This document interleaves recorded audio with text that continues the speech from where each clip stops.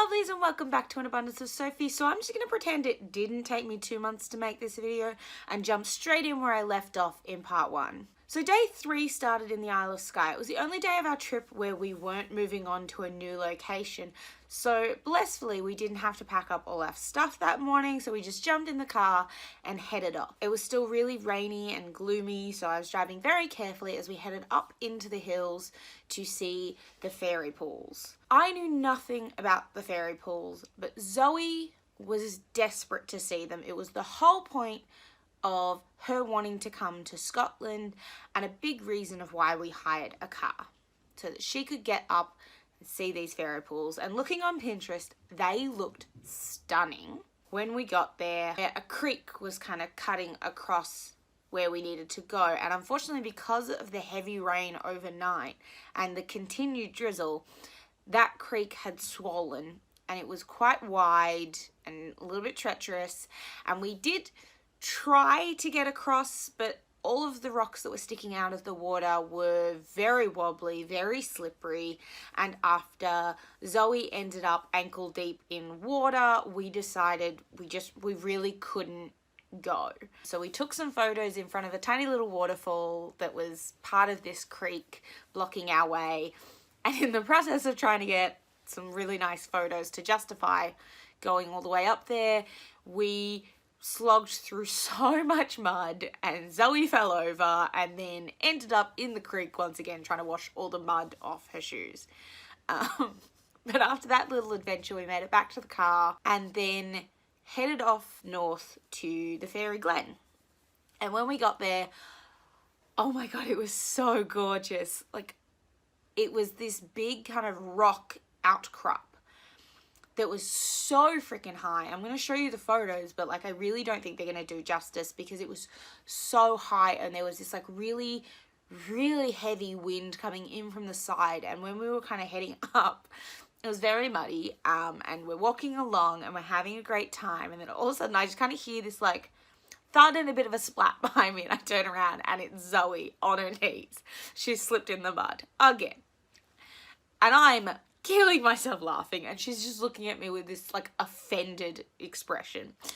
But we got her back on her feet, we continued along, and I had her in front of me because I was like, chances are she's going down again, and I'm getting that on camera. So I was filming her the whole way, and gloriously she did stack it again. It was very funny.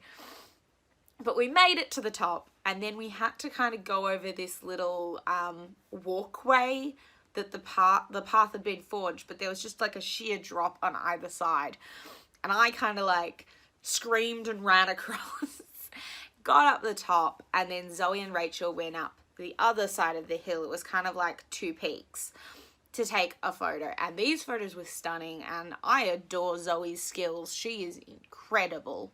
So we got these shots, and then I decided I was going to go up. There was like a bit of a crack in the rocks, and I was going to climb my way up. So I kind of had to like rock climb up the side, and it was a little bit sketchy, and I was like, I might die here. And then I got up the top, and the wind was so crazy. I very quickly took a panorama, and then I got down. On the way down, I was a little bit concerned I was going to get stuck. It was very narrow, very sketchy, but I did get down and across, and then I swapped places with Zoe so that she could go up and take photos, and then Rachel joined her, and they each got some photos up there. Then we made our way back down, and we just went off exploring. There was just kind of like rolling countryside.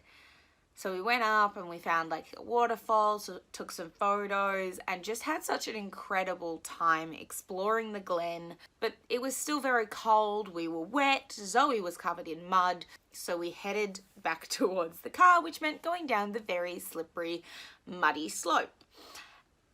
And Zoe fell again and then just gave up and was like, I'm not walking anymore, I'm already covered in mud, I'm just gonna freaking slide my way down this hill. So I was just like crying with laughter. I thought it was the funniest thing.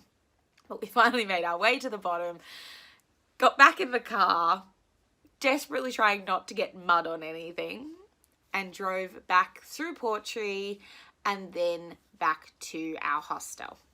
Once we arrived, we each had showers, and then we just kind of chilled out for the day. It was quite nice to slow down and not be trying to go somewhere. We went to the pub for dinner, and we called it an early night because we had to get up ridiculously early in the morning. So the car hire company that we chose had a 2 p.m. drop off. So we had to get back to Edinburgh by 2 o'clock the next day. So I worked it out, and we really wanted to go to the Harry Potter Glenfinnan Viaduct. So I worked it out to get there and to Edinburgh in time. We had to leave before dawn. So we got up, packed our bags, got in the car, and hit the road. Now, I'm quite experienced driving in the countryside at night. I'm a bit of a night owl. I don't like getting up early. So I quite often used to do my drives at night. So I'm very aware of like watching out for kangaroos and that sort of thing in the dark. So it wasn't too foreign for me driving through Scotland. It was quite weird seeing signs for reindeer instead of for kangaroos, but otherwise it was pretty on par. So I was kind of on high alert, watching the sides of the roads, making sure that nothing was going to jump out because we were in a very small car, and I knew if we hit anything, we were going to be in a serious trouble. So we're driving along, and I'm paying so much attention to the trees and the bushes on either side to make sure that nothing's going to jump out at us. And then I noticed there's kind of like a bit of a frost on the ground. So I'm being extra cautious. And then Zoe kind of goes, oh my God, is that snow? And I was like, no, don't be stupid. It's frost. There's no way it's snow. It's October. It's not snow. And then we're driving closer and closer to the mountain range that we had to pass through to get back down into like the rest of Scotland. And the frost was getting thicker on the side of the road, and it was starting to encroach onto the road. And I was like, okay, so fun fact, I was wrong. That is snow. It's getting heavier, and we're heading towards the mountains. But I was like, no, we're gonna be fine. We're gonna be fine. Everything's cool. It's just on the side of the road. I can drive through this. But the closer we got to the mountains, and then when we got into the mountains, there is just snow on the roads. I come from country Australia. I don't know how to drive in snow, but I was pretty sure that we were supposed to have like chains on our tires. Obviously, we didn't have that. We're in the middle of nowhere. It's like ridiculously early. The sun hasn't risen yet, and I am slightly panicking. But like not outwardly. I was like very calm. And then it's getting heavier and heavier, and I start to outwardly panic. And I'm like, okay, Zoe, I need you to Google how to drive in snowy conditions. Like, I know how to handle when you hydroplane. Is that the same situation? Because I'm starting to feel the wheels slip. And I'm getting concerned. Luckily, a truck had been through earlier, so I was able to like kind of get into the truck's tire tracks and follow that through. Unfortunately, the truck had decided to drive down the dead center of the road, because on one side is a sheer drop down to a lock. On the other side is just dirt. And they're not clean edges to the road. Like, this is a country road.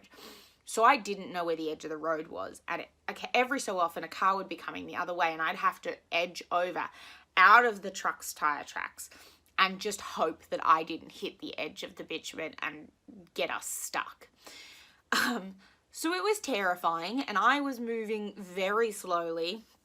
At one point, I just had Zoe just kill the music, and we were just driving in dead silence because I was just so stressed, and like my anxiety was through the roof. And Zoe took a couple of videos because like it actually the snow started falling in, and I was like, I don't know what to do. I can't stop because I don't know what's there to pull over, but I'm also like terrified that I'm about to kill all of us because I don't know what I'm doing. But somehow, by some miracle, we got through the mountains. We came out the other side, the snow started to clear and the sun started to rise, and I was so happy. I was just, I cannot explain to you how grateful I was to get us out of that situation.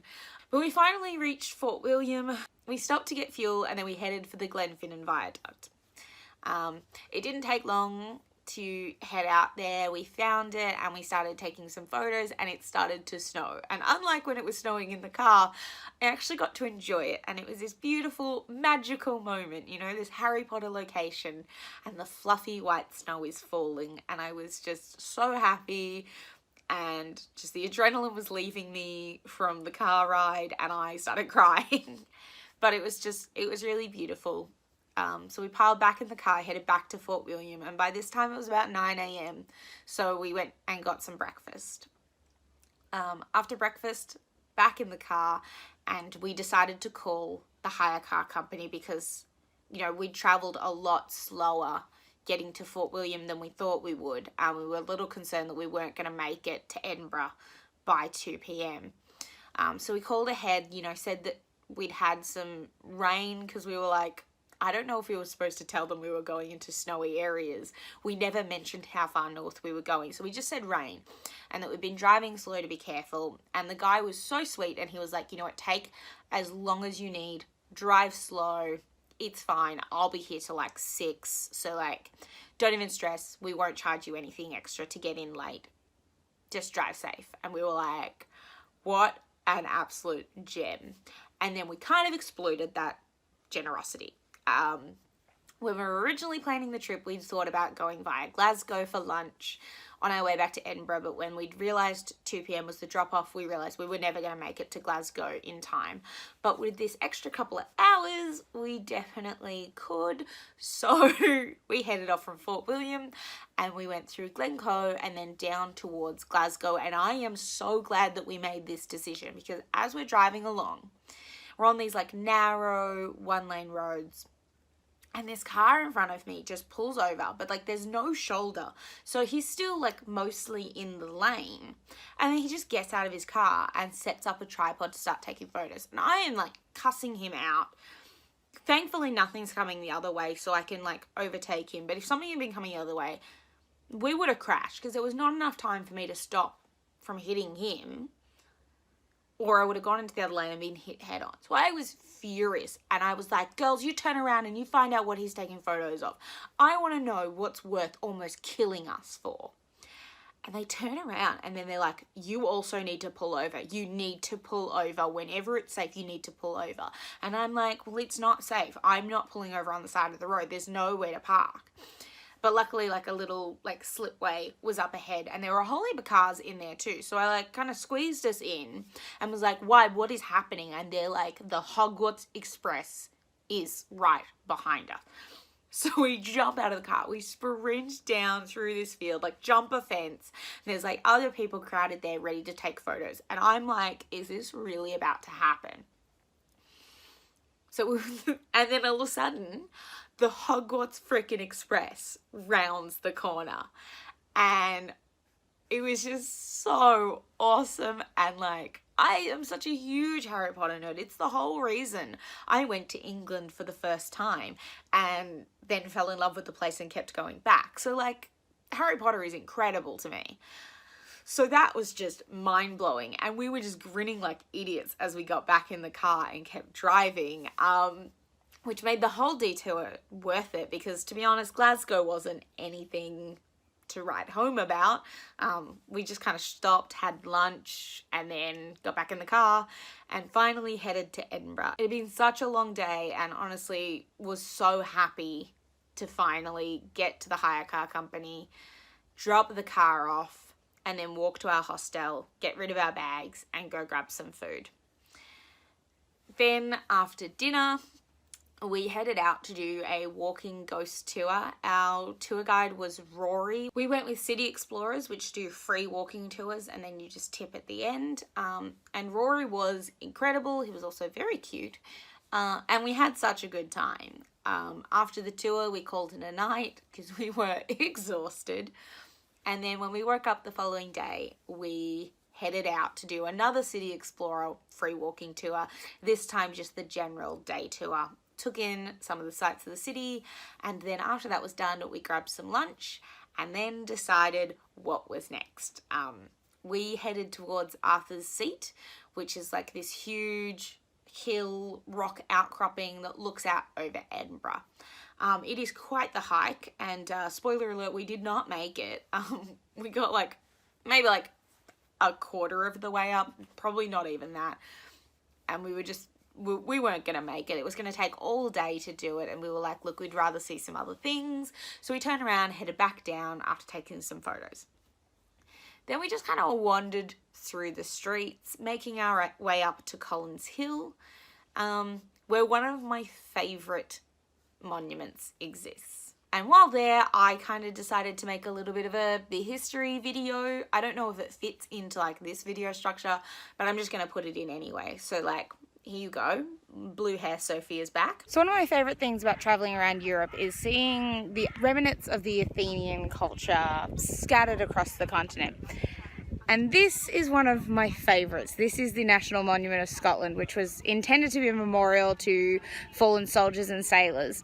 It began construction in 1826, but within 3 years, with only 12 of its columns erected, it was abandoned and left unfinished due to a lack of funds. And I just find that such a fascinating tale. It is now known as Scotland's disgrace, which is just harsh, but yeah, they tried to make a replica of the Parthenon and it didn't quite work, and having seen the actual Parthenon itself, I'm not surprised that they weren't able to completely replicate it, because that building is just stunning and an absolute architectural feat. So that's our trip.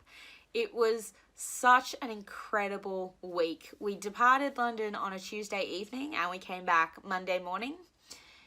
And it was such a good time that even 8 months later, I still am like, I loved that trip. And like Zoe and I are constantly Snapchatting each other every other week being like, I want to go back to Scotland. I had the best time there. This is the best trip of my life. And it really was incredible. Over the course of the 4 days that we had the car, we drove 1,100 kilometers, which I think was pretty impressive, and just had an absolute blast. I love a good road trip, and Zoe and Rachel are such incredible people, and we just had such an amazing time. But I've rambled for long enough. If you've stuck around this long, thank you. And I'm not going to promise what the next video is or when it is, because God knows how long it's going to take me to get another video made. I'm real bad at this. But in the meantime, thank you for watching. Please like, comment and share this video. Subscribe to my channel. And for a greater abundance of Sophie and content that actually gets posted fairly regularly, you can find me on my social medias. Bye guys.